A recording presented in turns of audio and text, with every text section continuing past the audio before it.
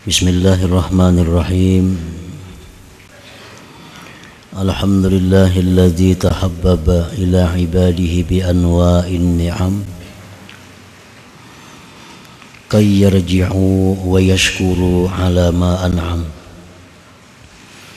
Ashhadu an la ilaha illallah wahdahu la syarika lah al-malikul a'zam wa ashhadu anna sayyidana Muhammadan abduhu wa rasuluhul mukarram.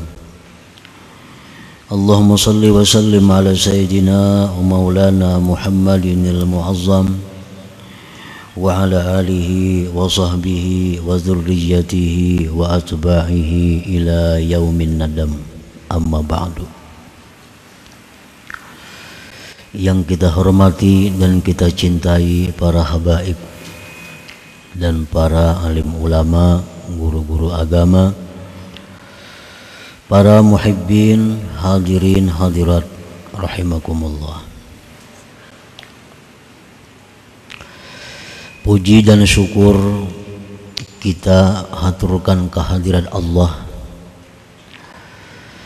yang mana pada malam ini kembali Allah kumpulkan kita bersama-sama di majlis yang penuh berkah dan rahmat ini.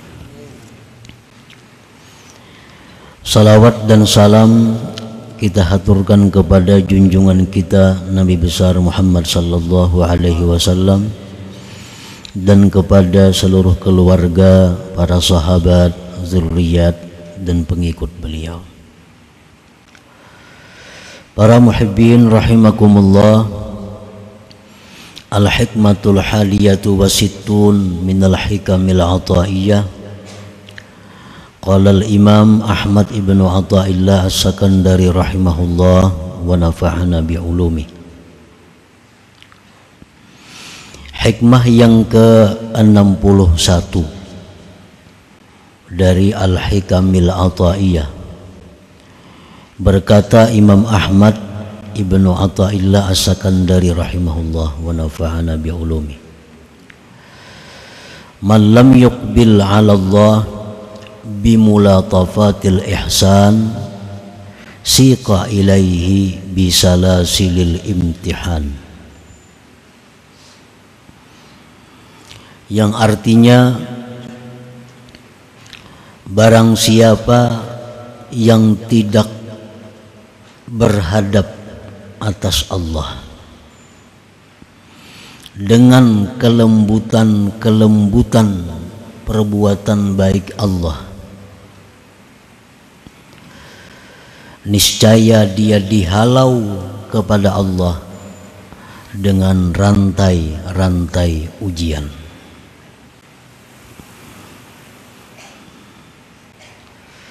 Itulah terjemah daripada hikmah yang ke-61 ini. Sunnatullah istid'a'ul ibad li ta'atihi wa khidmatihi bi sa'atil arzaq wa dawamil mu'afah liyarji'u ila Allah bi ni'matihi.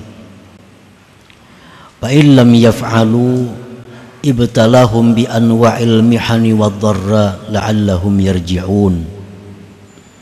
Muraduhu ta'ala ruju'ul ibad ilai kilal fariqain yuradu bihima al khair was sa'adah.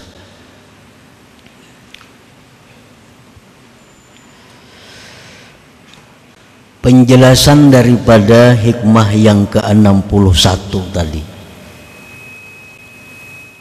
Bermula sunnatullah,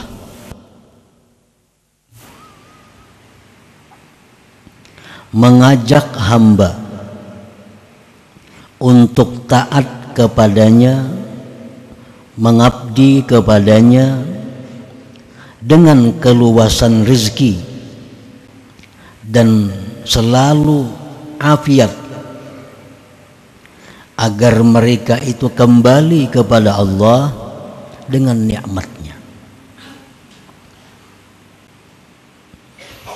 Nah, maksudnya adalah bahwa Allah Ta'ala itu mengajak kita agar kita ini mencintai Allah,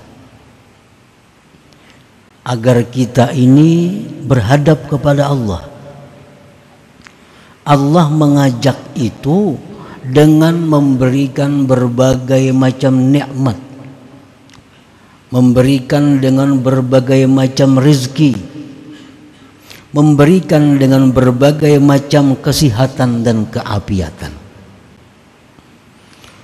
Jadi nikmat-nikmat yang kita terima dari Allah itu sebenarnya adalah ajakan dari Allah agar kita ini cinta kepadanya, agar kita ini kembali kepadanya, agar kita ini khidmat kepada Allah. Nah, para muhibbin rahimakumullah, jadi setiap nikmat yang kita terima, setiap nikmat yang kita terima, nikmat itu berkata kepada kita. Andai kata kita ini punya hati yang bersih, kita mendengar apa kata-kata nikmat itu begitu jatuh ke tangan kita. Nah, nikmat itu berkata kepada kita, ujar nikmat, hai orang yang mendapatkanku, ingatlah engkau kepada Allah, kembalilah engkau kepada Allah, cintailah Allah, karena dialah yang mencipta dan menyampaikan nikmat ini kepada engkau. Nah, setiap nikmat berkata demikian. Tetapi karena kita ini punya hati yang tebal, hati kita yang masih gelap, maka kita tidak mendengar bisikan nikmat itu kepada kita. Sehingga begitu kita dapat nikmat, kita lupa kepada Allah. Kita dapat nikmat, kita merasa itu adalah kemampuan kita mendapatkannya. Itu karena mata hati kita, karena hati kita masih gelap.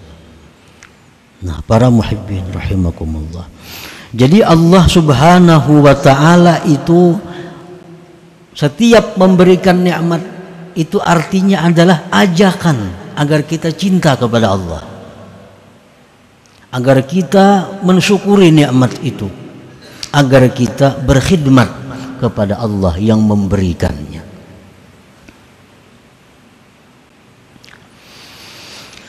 Fa illam yaf'alu, apabila mereka tidak memperbuat, dapat nikmat tapi mereka lupa kepada Allah, bahkan mereka gunakan nikmat itu untuk berpuya-puya, mereka gunakan nikmat untuk meluluskan hawa nafsu syahwatnya, mereka tidak menggunakan nikmat untuk menambah khidmat kepada Allah. Nah, bila demikian, ibtalahum bi anwa'il mihan wad darra, Allah berikan dia bala dengan macam-macam kesusahan, kesengsaraan, la'allahum yarji'un, agar mereka itu sadar kembali kepada Allah. Muraduhu ta'ala ruju'ul ibad ilaih, tujuan Allah itu hanya satu, adalah agar hamba ini kembali kepada Allah. Nah, jadi Allah berikan nikmat tujuannya agar kita kembali kepada Allah. Allah berikan kita kesengsaraan agar kita kembali kepada Allah. Kedua-dua kelompok tadi adalah orang-orang yang dikehendaki Allah kebaikan dan keberuntungan.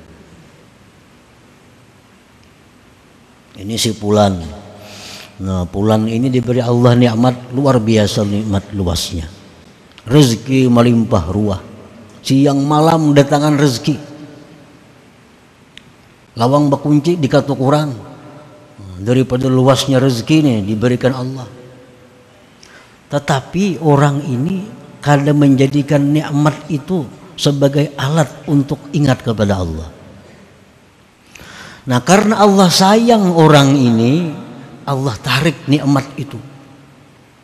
Allah tarik nikmat sehingga dia sengsara, sehingga dia menderita. Nah, dengan itu dia sadar, dia akhirnya kembali kepada Allah. Nah, jadi ada dua golongan manusia. Ada golongan manusia yang tanpa dipaksa dia sadar, dapat nikmat ingat kepada Allah, dapat nikmat dia tambah taatnya kepada Allah. Ini orang yang sadar. Ada orang yang tidak sadar, tetapi Allah menghendaki baik, orang ini ditarik Allah nikmatnya, disengsarakan oleh Allah agar dia selalu ingat kepada Allah Subhanahu wa ta'ala.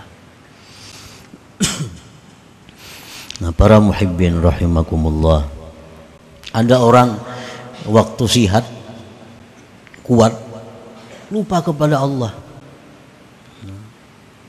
sembahyang kada, atau kadang-kadang sembahyang halal haram kada tahu halal haram, yang penting diambilnya waktunya sihat. Nah, begitu orang ini sakit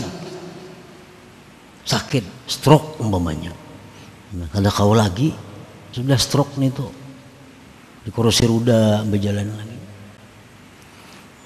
Lalu orang ini jadi selalu ingat kepada Allah.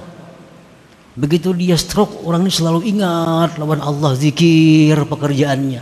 Dulu kada tahu zikir, sudah stroke ini zikir, salawat, ingat kepada Allah. Nah, Imam Ghazali mengatakan orang yang seperti ini jangan berubat baik garing.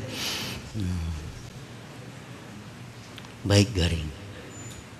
Imam Ghazali dalam Ihya Ulumuddin mengatakan bahwa orang yang seperti ini kada usah ke dokter, biar di kursi roda aja, karena dia banyak ingat kepada Allah.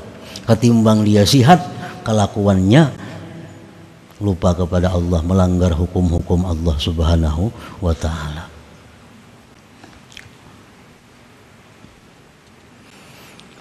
Nah, orang nang kada disayangi Tuhan itu, orang nang kada disayangi Tuhan, nang kada dikehendaki Tuhan, orang ini ahli keberuntungan surga.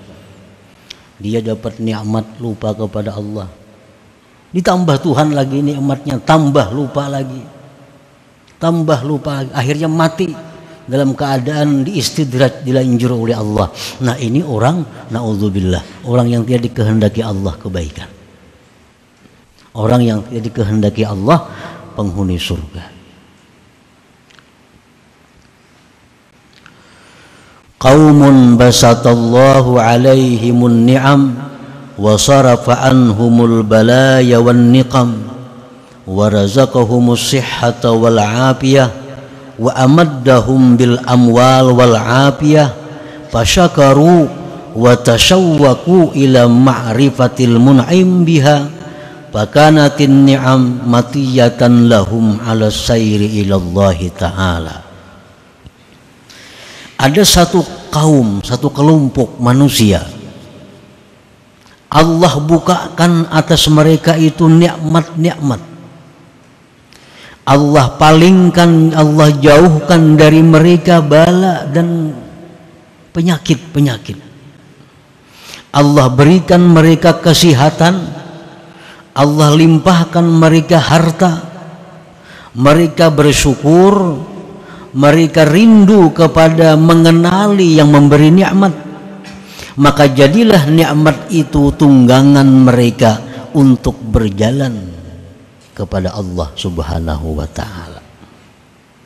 Ada orang-orang yang diberi Allah kesehatan, diberi Allah harta melimpah ruah, dihindarkan Tuhan dari malapetaka bala bencana. Lalu orang ini menjadikan nikmat tadi, harta benda tadi, dijadikannya kendaraan untuk menuju Allah. Ada kaum seperti itu, ada kelompok manusia seperti itu. Orang ini punya duit banyak, duit digunakannya untuk sabilillah. Orang ini punya kendaraan banyak, kendaraannya digunakannya untuk sabilillah. Jadi harta benda nikmat itu hanya tunggangan dia untuk mencapai keridhaan Allah. Ada hamba Allah yang seperti itu. wa qaumun amaddahum bin ni'am wa basata lahum fil mal wal afiyah wa sarafa anhumun niqam fashagalahum dhalik an-nuhuda wal iqbala 'ala Allah fasalaba dhalika minhum wa daraba bihim bil balaya wal mihan fatayaqqaza wa aqbala 'ala Allah. Ada pula satu kelompok manusia yang diberi Allah nikmat, diluaskan harta bendanya, disihatkan, dijauhkan penyakit bala bencana, maka yang demikian itu membuat dia sibuk daripada taat. Yang demikian itu membuat dia lupa kepada Allah. Allah cabut daripada mereka itu nikmat-nikmatnya tadi. Allah datangkan bala bencana kepadanya, maka akhirnya dia jaga, akhirnya dia sadar dan berhadap kepada Allah, berkhidmat kepada Allah Subhanahu wa ta'ala. Ada juga kelompok manusia nangka itu yang sudah diajar Tuhan hanya sadar,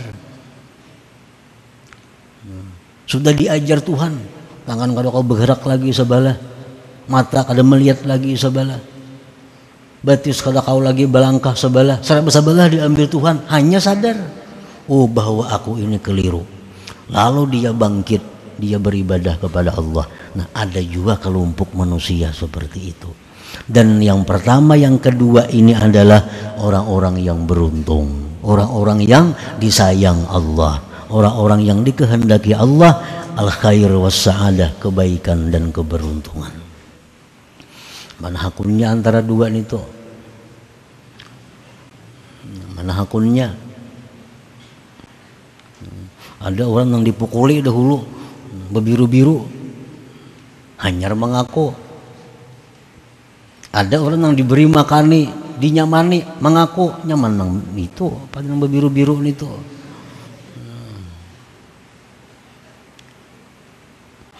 Itulah isyarat firman Allah dalam Al-Quran, walillahi yasjudu man fis samawati wal ardi taw'an wa karha.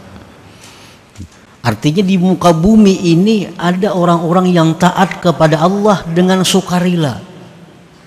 Ada orang yang taat kepada Allah dipaksa. Ya nanti tadi diambil sudah kesehatan, diambil Tuhan harta benda, hanya taat. Tapi kedua-duanya itu adalah beruntung. Kedua-duanya adalah disayangi oleh Allah Subhanahu wa ta'ala. Nah, para muhibbin rahimakumullah, an-nasu ala salasati aqsam. Manusia terbagi 3 kelompok. Kelompok yang pertama disebut ahlus shimal, artinya orang-orang kiri, orang-orang kiri. Wa ahlul yamin, yang kedua orang-orang kanan. Yang ketiga was-sabiqun, ada kelompok yang dinamakan as-sabiqun. Nah, jadi manusia ini seluruhnya kada lepas daripada 3 kelompok itu. Ada orang kiri, ada orang kanan, ada orang yang cepat, yang melaju, as-sabiqun. Amma ahlu shimal fala kalama alaihim idla iqbala lahum 'ala Allahi asla. Adapun kelompok kiri, orang-orang kiri, fala kalama alaihim, itu kada perlu dibicarakan, karena mereka itu tidak berhadap kepada Allah sama sekali. Itu kada perlu diuraikan. Ini orang yang diperbudak oleh hawa nafsunya, diperbudak oleh duniawinya. Tujuannya adalah semata-mata untuk mencapai kesenangan dunia. Walaupunnya sembahyang, puasa, berzakat, naik haji, umrah, tapi tujuannya semuaan untuk kesenangan dunia. Ini sembahyang tujuannya supaya awak sihat. Ini berzakat tujuannya supaya hartanya bertambah. Ini puasa tujuannya supaya ini naik haji, semuaan tujuannya duniawi. Nah, itu ahlus shimal. Itu kada perlu dibicarakan.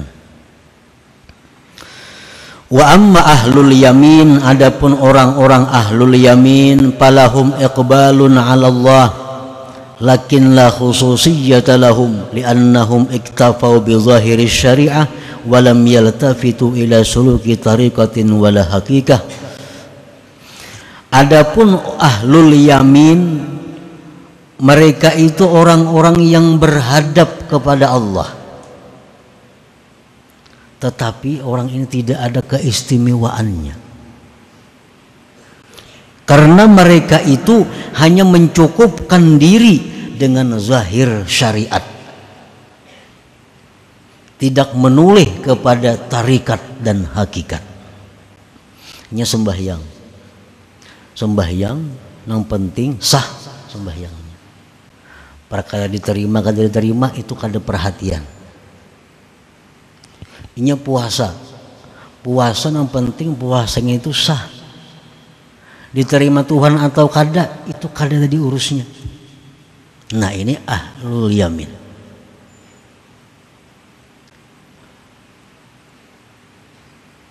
Ini kada menggali sembahyang itu kayak apa cara supaya murni bersih. Ini kada menggali apa hakikat dari sembahyang itu. Kan sembahyang itu ada tarikah, sembahyang itu ada caranya agar sembahyang ini menjadi sembahyang yang sampai kepada Allah. Sembahyang itu ada hakikatnya, yang bila mana kita mengetahui hakikat sembahyang, kita akan menjadi orang yang dekat dengan Allah. Nah, hakikat sembahyang, Nabi paling rajin sembahyang, sahabat rajin-rajin sembahyang. Nah, mereka itu sembahyang adalah mengetahui hakikatnya. Salah satu hakikat sembahyang itu adalah tanha anil fahsya wal munkar. Nah, sembahyang itu salah satu hakikatnya adalah mencegah seseorang dari perbuatan buruk, perbuatan munkar. Itu sembahyang. Sembahyang itu hakikatnya adalah agar kita ini mencegah kemungkaran, menyuruh kebaikan. Nah, menyuruh kebaikan, mencegah kemunkaran itu adalah akhlaknya Allah. Akhlaknya Allah. Kan Allah tuh mengajak kita kebaikan. Allah mengajak kita untuk berbuat baik, menjauhi yang munkar. Nah, kalau kita sembahyang itu dengan benar, maka hakikat sembahyang itu akan menjadikan diri kita ini mencegah yang munkar, menyuruh yang ma'ruf. Berarti akhlak kita ini berdekatan dengan akhlaknya Allah Subhanahu wa ta'ala. Itu salah satu hakikatnya sembahyang. Sembahyang itu sendiri kadang mendekatkan kita kepada Allah. Sembahyang itu sendiri kadang mendekatkan kita kepada Allah. Yang mendekatkan kita kepada Allah adalah hakikat sembahyang itu, menjadikan diri kita ini berakhlak sama dengan akhlaknya Allah. Nah, orang ahlul yaminnya kada tahu urusan itu. Pentingnya sembahyang, pentingnya puasa, nya kada tahu hakikat itu macam apa, kada tahu. Nah, orang ahlul yamin ini walaupun berhadap kepada Allah, tapi tidak ada khususiyah, tidak ada keistimewaan bagi mereka. Wa ammas sabiqun, adapun orang-orang sabiqun. Nah, ini yang kita bicarakan. Orang-orang sabiqun ini ala kismain, dua macam. Kismun aqbala 'ala Allah bin ni'am pastaka ila ma'rifatil mun'im faja'ala an-ni'ama wasilatan ila al-wusul fa'ahabbahu wa arrafah. Yang pertama adalah orang-orang yang berhadap kepada Allah, beribadah kepada Allah dengan nikmat, dengan nikmat. Dia menerima nikmat-nikmat Allah setiap hari. Lalu dia rindu, hendak tahu siapa yang memberi nikmat ini. Pastaqa ilal mun'im. Dia rindu kepada yang memberi nikmat. Tiap hari memberi nikmat. Lalu inya rindu, hendak tahu siapa yang memberi aku nikmat tiap hari ini. Nah, maka dia jadikan nikmat itu adalah perantara dia untuk sampai mengenali Allah. Maka fa'ahabbahu wa arrafah, maka orang ini dicintai Allah dan Allah berikan dia ma'rifat. Nah, ini sabikun ngarannya, kelompok sabikun. Orang yang merasakan nikmat ini setiap hari datangnya dari Allah, lalu dia hendak tahu lawan Allah itu. Kayak apa caranya supaya tahu lawan Allah? Dia jadikan nikmat-nikmat itu kendaraannya untuk mengenali Allah. Akhirnya Allah cinta kepadanya dan Allah berikan ma'rifat kepadanya. Nah, itu golongan ashabul yam, as-sabiqun yang pertama. Wa qismun aqbala 'ala Allah bi dhurubil balaya wal mihan faja'ala sabra 'alaiha war ridha wasilatan fa ahabbahu wa arrafa. Sabikun yang kedua, orang yang berhadap kepada Allah melalui bala bencana, melalui penyakit-penyakit. Diberikan Allah bencana harta, diberikan Allah penyakit, maka dia sabar. Dia sabar dan dia ridha. Maka dia jadikan sabar dan ridha itu wasilah dia untuk mendapatkan dari Allah. Ahabbahu wa arrafah, maka karena dia sabar, karena dia ridha dengan bala bencana, dengan penyakit dan sebagainya, Allah cinta kepadanya dan Allah berikan pula ma'rifat kepadanya. Nah, itu as-sabiqun juga ngarannya. Nah, para muhibbin rahimakumullah, jadi kesimpulannya bahwa yang ingin kita capai adalah menjadi orang-orang yang sabiqun. Tujuan kita yang pertama agar kita itu ma'rifat kepada Allah melalui nikmat-nikmat yang diberikan Allah. Kalau itu kada mampu, jalan yang kedua kita ma'rifat kepada Allah melalui bala bencana, penyakit dan malapetaka. Yang penting intinya adalah fa'ahabbahu wa arrafah, Allah cinta kepada kita dan Allah berikan ma'rifat kepada kita, baik jalan nikmat atau jalan nikmah, jalan bencana atau malapetaka.